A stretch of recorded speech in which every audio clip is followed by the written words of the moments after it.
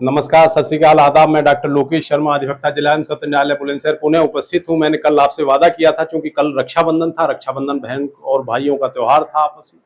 उस त्योहार के कारण ऐसी स्थिति उत्पन्न रही कि कल हम आपसे मुखातिब नहीं हो सके। आज हम उपस्थित हैं। कल मीन्स रक्षाबंधन से पूर्व जो आपको वीडियो हमने प्रस्तुत किया, उस वीडियो में नेचुरल रूप से साइटेशंस के माध्यम से मैंने आपको सरलतम भाषा में पूरा समझाने का प्रयास किया था। आज विषय बहुत गूढ़ है और मानवीय संवेदनाओं से, वेदनाओं से, इनसे परिपूर्ण है, पूरा ओतप्रोत है।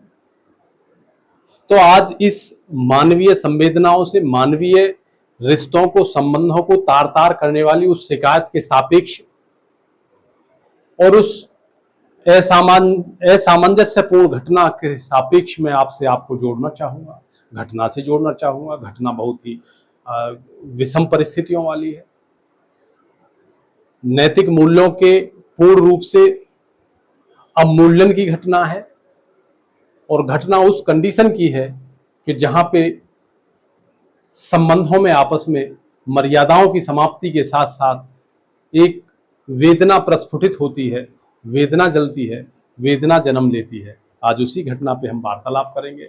देहरादून का विषय है, उत्तराखंड का विषय है, लेकिन ये विषय नहीं है कि ये उत्तराखंड का है या देहरादून का है या किसी भिन्न दूसरी जगह का है, लेकिन ये भारतवर्ष के उस व्यक्तित्व का है, प्रत्येक व्यक्तित्व का है, जो इस घटना से निश्चित रूप से कहीं ना कहीं वेदनाओं के द्वारा, किसी भी वेव्स के माध्यम से, रेंज के माध्यम से हम लोगों को एक दूसरे के प्रति सामंजस्य बनाए हुए है।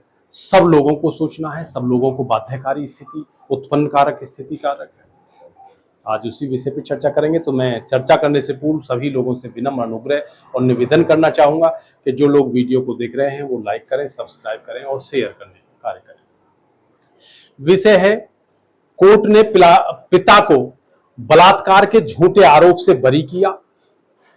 कोर्ट में बेटी ने कहा कि उसने झूठा मामला दर्ज कराया क्योंकि पिता ने स्कूल न जाने और प्रेमी से डेटिंग पर आपत्ति जताई थी।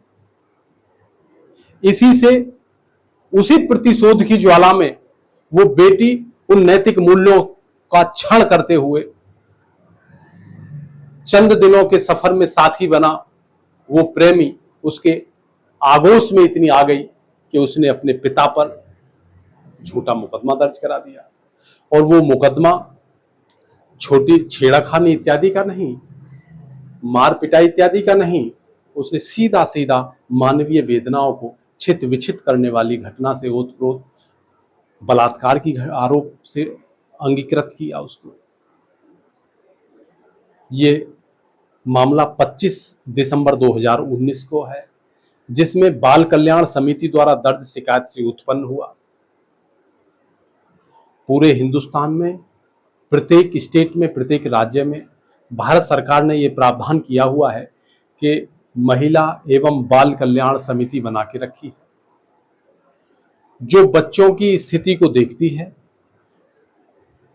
बच्चों के साथ हो रहे कहीं भी कोई अत्याचार, जुल्म, बर्बरता के खिलाफ आवाज उठाती है और सीधे वादी के रूप में शिकायत दर्ज कर मुकदमा माननीय न्यायालय में स्वयं फेस करती है। उसी शिकायत के आधार पर यह मामला दर्ज हुआ। पूरा मामला जब सामने आया तो देहरादून जिला न्यायालय में जो विशेष पॉक्सो अधिनियम के तहत ऑनरेबल अपर जिला जज न्यायाधीश महोदय वहां बैठते हैं, मामले की उन्होंने निगरानी किया। 5 वर्ष उस पिता ने अंदर कारागार में गुजारा। उसको बेल नहीं मिली, बेल खारिज हो गई, या वहां से भी खारिज हुआ, माननीय उच्च न्यायालय से भी खारिज हुआ। लास्ट मोमेंट पर जब चारों तरफ के रास्ते बंद हुए, क्योंकि आर्थिक स्थिति कमजोर थी, सुदृढ़ नहीं थी, लॉन्ड्रीमैन था जो पिता था। लॉन्ड्रीमैन समझते होंगे आप, प्रेस करने वाला। उसी की 15 वर्षीय ये बेटी थी। नाम मैं इसलिए नहीं बताऊंगा क्योंकि ये अस्मिता का उल्लंघन होगा। तो 42 वर्षीय लॉन्ड्रीमैन को बरी किया और जिस पर उसकी पुत्री 15 वर्षीय बेटी के साथ बलात्कार करने का झूठा आरोप था, जिसके कारण उसे 5 वर्ष कारागार में गुजारना पड़ा। 5 वर्ष बाद संपूर्ण साक्ष्य इत्यादि होने के बाद निर्णय में उसको बरी किया गया। प्रथम दृष्टया मेडिकल हुआ। मेडिकल में जो साक्ष्य पेपर सब दाखिल हुआ, उसमें मेडिकल में रेप की कोई पुष्टि नहीं हुई थी। बेटी ने केवल स्कूल ले जाने व प्रेमी के साथ डेटिंग करने की अस्वीकृति के प्रतिशोध के रूप में ये झूठे साक्ष्य गढ़े थे, झूठी घटना घटी थी, झूठी शिकायत दर्ज की थी।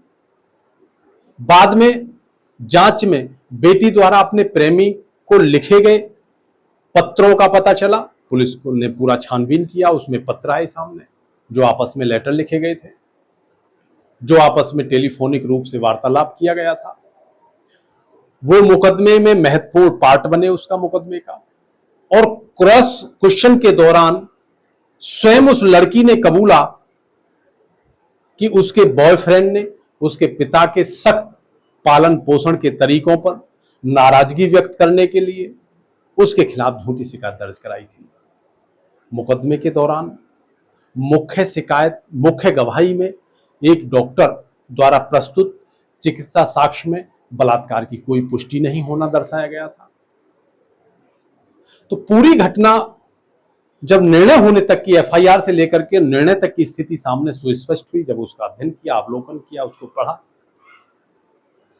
तो महसूस किया कि आने वाला समाज आखिर क्या स्थान अपना सुनिश्चित करेगा। लोग, जहां तक अपना मेरा व्यक्तिगत व्यू है, ये इस तरह की घटनाओं के सापेक्ष लड़की की कोई अस्मिता खराब नहीं हुई, लेकिन उस पिता की अस्मिता को पूछिए कि उसकी क्या स्थिति गुजरी होगी, जिस पर एक झूठे बलात्कार का, स्वयं बेटी के बलात्कार का आरोप लगा हो। तो शास्त्र संगत भी ये बहुत बड़ी एक विसंगति है, और उस विसंगति का सामना उस पिता ने, उस 42 वर्षीय लॉन्ड्री मैन ने कारागार में निरुद्ध रहते हुए कैसे किया होगा, कैसे उसने अपने जीवन को यथावत रखा होगा। तो बड़ी विचारणीय और सोचनीय बात है। लोगों का एक लगभग अनुमान ये होता है, एक उदाहरण भी यही होता है कि पशु वृत्ति है, लेकिन मेरे विचार से ये पशु वृत्ति नहीं है। ये पशु वृत्ति से भी कहीं घिनौना एक अपराध है, क्योंकि पशुओं में एक निश्चित अवधि होती है, उसकी समय अवधि होती है हर चीज की, लेकिन मानव में कोई समय अवधि नहीं होती।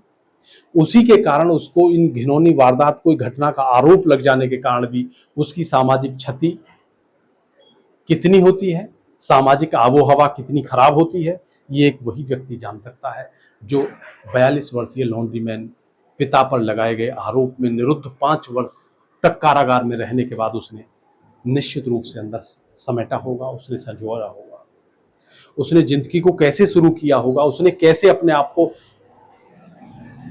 इस घटना से सुनने के बाद भी किस तरह से अपने आप को स्थिर रखा होगा। वो बहुत बड़ा पिता है, उसका बहुत बड़ा हृदय है कि इतनी बड़ी हृदय विदारक घटना को भी, झूठी घटना को भी उसने संजोने के बाद में, न्यायालय से बरी होने के बाद वो वापस उस स्थान पे गया होगा जहां पर आरोप प्रस्फुटित हुआ होगा। तो मैं निश्चित रूप से सलाम करता हूं, प्रणाम करता हूं ऐसी दिव्य आत्मा को, उस पवित्र आत्मा को, कि जिसने 5 वर्ष तक का कार्यकाल अपनी बेटी के इस घिनौनी, झूठी, उस प्रेमी के कहने से लगाए गए आरोप के सापेक्ष अंदर गुजारना पड़ा।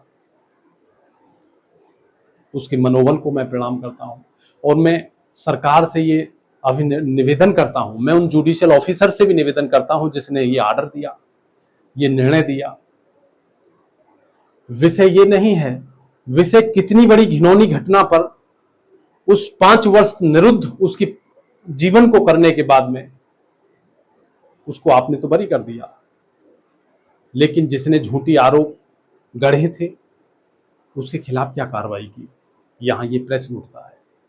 उसके प्रेमी के खिलाफ भी, उस लड़की के खिलाफ भी इन्हीं घटनाओं में मुकदमा दर्ज करके उनके खिलाफ भी वही विसंगतिपूर्ण व्यवहार अपनाना चाहिए था, जिससे समाज में आने वाली जो जनरेशन है उसको एक नई दिशा मिल सके, उसे एक नवीन ज्ञान प्रस्फुटित हो सके। तो मेरा विनम्र अनुग्रह है उन न्यायाधीश महोदय से भी, और मैं सरकार के उन नुमाइंदों से भी यही कहना चाहूंगा कि ये जितने भी नियम है, कानून है, सिस्टम है, यदि किसी पर इस तरह का कोई आरोप लगता है, उस पर पंजीकरण होता है उसका, तो उस पंजीकृत आरोप के सापेक्ष अरेस्टिंग से पूर्व संपूर्ण इन्वेस्टिगेशन बहुत आवश्यक है।